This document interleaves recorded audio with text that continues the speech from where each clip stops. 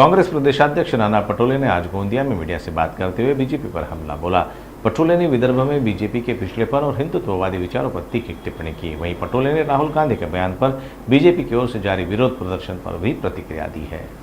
विदर्भात भाजपचा सुपडा साफ आहे हे तय झालेलं आहे आणि ज्या काही खोट्या आश्वासन देऊन बीजेपी सत्तेत आलेली होती, लोकांना आता ते कळलं की भाजपच हा महाराष्ट्र विरोधी आहे, महाराष्ट्रद्रोही आहे।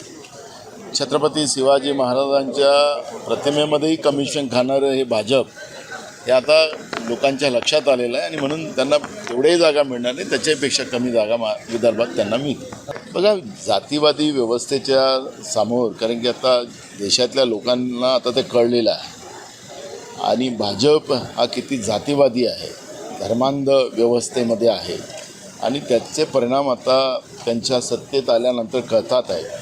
त्यामुळे कुठलाही सण असो, हा सण सगळ्यांनी आनंदाने साजरा करायचा, हाच आम्हाला आमच्या संस्कृतीमध्ये दिलेला आहे। त्या जातीचा माणूस नको, या अमुक नको, ही जी काही भूमिका आहे ही जातींची व्यवस्थाच करू शकते आणि त्याच्यामुळे गुजरातमध्ये जी मोहीम सुरू केलेली ते उद्या देशामध्येही करतील, कारण मोदीचं राज्य आहे।